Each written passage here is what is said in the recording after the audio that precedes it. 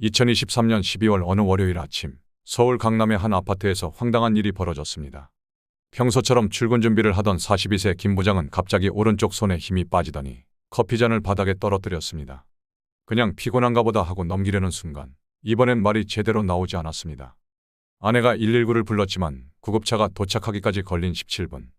그 짧은 시간이 김 부장의 인생을 완전히 바꿔놓았습니다. 뇌졸중은 노인들만 걸리는 병이라고 생각하시나요? 최근 5년간 40대 뇌졸중 환자가 무려 35% 증가했다는 충격적인 통계가 있습니다. 더 놀라운 것은 30대 환자도 해마다 늘어나고 있다는 사실입니다. 특히 심각한 것은 발병 시간입니다. 전체 뇌졸중 환자의 68%가 도움을 받기 가장 어려운 시간대, 바로 밤 10시부터 아침 8시 사이에 발생한다고 합니다. 수면 중에 찾아오는 이 무서운 손님을 어떻게 막을 수 있을까요? 오늘은 30년 경력의 신경외과 전문의가 알려주는 뇌졸중의 모든 것, 그리고 당신의 생명을 구할 수 있는 골든타임 5분의 비밀을 낱낱이 공개하겠습니다. 안녕하세요. 황금세대 여러분들의 주치의 인생 베테랑 채널입니다. 오늘은 평소와 다르게 조금 무거운 이야기를 시작해야 할 것 같습니다. 김 부장의 사례는 결코 특별한 경우가 아닙니다. 지난해 우리나라에서만 하루 평균 297명이 뇌졸중으로 쓰러졌고 그중 63명이 사망했습니다. 더 무서운 것은 살아남은 사람들 중 절반 이상이 심각한 후유증으로 고통받고 있다는 사실입니다. 나는 괜찮을 거야라고 생각하시나요? 제가 만난 모든 환자들이 그렇게 말씀하셨습니다. 하지만 뇌졸중은 마치 도둑처럼 찾아옵니다. 아무 증상 없이, 아무 준비 없이, 그것도 가장 취약한 시간에 말이죠. 특히 최근에는 코로나19 이후 재택근무가 늘어나고 운동량이 줄어들면서 위험도가 더욱 높아졌습니다. 서울의 한 대학병원 통계를 보면 2020년 이후 40, 50대 뇌졸중 환자가 이전보다 42% 증가했다고 합니다. 하지만 희망적인 소식도 있습니다. 뇌졸중은 예방이 가능하고 조기에 발견하면 완전히 회복할 수도 있는 질병입니다. 문제는 시간입니다. 뇌졸중이 발생하고 3시간 이내에 치료를 시작하면 회복률이 80%에 이르지만 6시간이 지나면 그 확률이 30% 미만으로 떨어집니다. 제가 올해 초에 만난 67세 박할머니 이야기를 들려드리겠습니다. 매일 아침 공원을 산책하시던 분이었는데 어느 날 갑자기 왼쪽 다리에 힘이 빠지는 느낌이 들었답니다. 다행히 며칠 전 TV에서 뇌졸중 증상에 대해 보신 게 기억나서 그 즉시 119를 부르셨어요. 덕분에 골든타임 내에 치료를 받을 수 있었고 지금은 아무 후유증 없이 건강하게 지내고 계십니다. 반면 지난달 만난 72세 이 할아버지는 아침에 약간의 어지러움이 있었지만 괜찮겠지 하고 그냥 누워 계셨답니다. 결국 반나절이 지난 후에야 병원에 오셨고 지금은 언어장애와 보행장애로 재활치료를 받고 계시죠. 자, 이제 중요한 질문을 하나 하겠습니다. 지금 이 순간 갑자기 뇌졸중이 찾아온다면 여러분은 알아채실 수 있으시겠습니까? 가족 중 누군가가 뇌졸중을 겪는다면 어떻게 대처하시겠습니까? 오늘은 이 두 가지 질문에 대한 명확한 답을 드리도록 하겠습니다. 먼저 뇌졸중의 전조 증상에 대해 알아보겠습니다. 뇌졸중의 전조 증상은 FAST라는 단어로 쉽게 기억하실 수 있습니다. F는 face, 즉 얼굴입니다. 갑자기 한쪽 얼굴이 처지거나 비대칭이 되는 경우가 있습니다. 거울을 보며 웃어보세요. 입꼬리가 한쪽으로 삐뚤어진다면 이는 위험 신호입니다. A는 arm, 팔입니다. 한쪽 팔에 힘이 빠지거나 저리고 감각이 둔해지는 증상이 나타납니다. 최근 제가 만난 정할머니는 텔레비전 리모컨을 자꾸 떨어뜨리셨는데 알고 보니 이것이 뇌졸중의 시작이었습니다. S는 speech, 말하기입니다. 갑자기 말이 어눌해지거나 대화가 어려워집니다. 특히 아침에 일어났을 때 말이 잘 안 나온다면 즉시 병원에 가셔야 합니다. T는 time, 시간입니다. 이런 증상이 나타나면 즉시 단 1분도 지체하지 말고 119에 연락하셔야 합니다. 잠깐 쉬면 나아지겠지라는 생각이 여러분의 생명을 위협할 수 있습니다. 작년에 제가 만난 한 환자분의 이야기가 아직도 가슴 아프게 남아 있습니다. 말이 조금 어눌해지는 것을 느끼셨답니다. 하지만 아침이라 입이 굳었나 보다 하고 그냥 넘기셨죠. 점심때쯤 증상이 심해져서야 병원에 오셨는데 이미 골든타임을 놓친 후였습니다.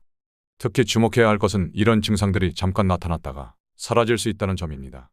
이를 일과성 허혈 발작이라고 하는데 이는 큰 뇌졸중이 오기 전에 경고 신호입니다. 마치 큰 지진 전의 전진처럼 말이죠. 그렇다면 어떻게 하면 뇌졸중을 예방할 수 있을까요? 제가 30년간의 임상 경험을 통해 찾아낸 황금률 5가지를 알려드리겠습니다. 첫 번째 황금률은 아침 공복 혈압 체크입니다. 뇌졸중 환자의 80%가 고혈압과 관련이 있다는 사실 알고 계셨나요? 특히 아침 혈압이 중요한데 아침에 측정한 혈압이 135에서 85 이상이면 뇌졸중 위험이 3배 높아집니다. 두 번째는 걷기 운동입니다. 하루 30분, 일주일에 5일 이상 걷기만 해도 뇌졸중 위험을 절반으로 줄일 수 있습니다. 얼마 전 만난 박할아버지는 퇴직 후 매일 아침 공원을 3바퀴씩 도셨는데 MRI 검사 결과 동년배보다 뇌 나이가 10살이나 젊다고 하네요. 세 번째는 식탁의 마법입니다. 짠 음식은 뇌졸중의 최대 적입니다. 특히 김치, 장아찌, 라면 같은 음식은 조심하셔야 해요. 대신 채소, 등푸른 생선, 견과류를 많이 드세요. 오메가3 지방산은 뇌혈관 건강에 필수입니다. 네 번째는 술과 담배는 절대 금물입니다. 하루 2잔 이상의 술은 뇌졸중 위험을 2배로 높입니다. 흡연자는 비흡연자에 비해 뇌졸중 위험이 4배나 높다고 해요. 마지막 5번째는 스트레스 관리입니다. 스트레스는 혈압을 높이고 혈관을 수축시킵니다. 매일 10분씩이라도 명상을 하거나 좋아하는 음악을 들으세요. 취미 생활을 갖는 것도 좋은 방법입니다. 그리고 무엇보다 중요한 것은 정기검진입니다. 특히 50세 이상이시라면 1년에 한 번은 꼭 뇌 MRI를 찍어보셔야 해요. 최근에는 건강보험이 적용되는 경우도 많으니 비용 걱정은 하지 마세요. 실제로 지난주 제가 만난 65세 김할머니는 아무 증상이 없었지만 정기검진으로 찍은 MRI에서 작은 뇌동맥류가 발견되었습니다. 조기에 발견해서 간단한 시술로 해결할 수 있었죠. 만약 발견하지 못했다면 생각만 해도 아찔합니다. 마지막으로 가장 중요한 응급 상황에서의 대처법을 알려드리겠습니다. 많은 분들이 뇌졸중 증상이 나타났을 때 가장 흔히 하시는 실수가 있습니다. 바로 환자를 걷게 하는 것입니다. 움직여야 좋다는 생각은 오히려 증상을 악화시킬 수 있어요. 또 많은 분들이 물이나 약을 먹이려고 하시는데 이것도 매우 위험합니다. 삼키는 기능이 떨어져 있을 수 있어 질식의 위험이 있기 때문이죠. 특히 위급할수록 차분하게 행동하셔야 합니다. 급하니까 내가 운전해서 모시고 가야지라는 생각은 절대 금물입니다. 자가용으로 이송하다가 환자의 상태가 갑자기 나빠질 수 있고 차가 막혀 골든타임을 놓칠 수도 있습니다. 가장 위험한 것은 조금 더 지켜보자는 생각입니다. 이런 망설임이 후회로 이어지는 경우를 너무나 많이 보았습니다. 대신 이 3가지만 꼭 기억해 주세요. 첫째, 뇌졸중이 의심되면 즉시 119에 신고하세요. 구급차에는 응급처치를 할 수 있는 장비와 전문 인력이 있습니다. 둘째, 환자의 위치와 상태를 정확하게 전달하세요.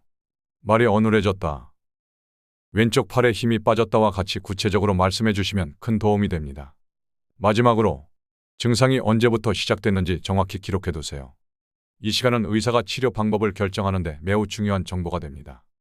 여러분, 뇌졸중은 더 이상 불치병이 아닙니다. 예방할 수 있고 치료할 수 있는 병이 되었습니다. 하지만 그 전제 조건은 시간입니다. 초기 대응이 여러분의 생명을 그리고 삶의 질을 결정합니다.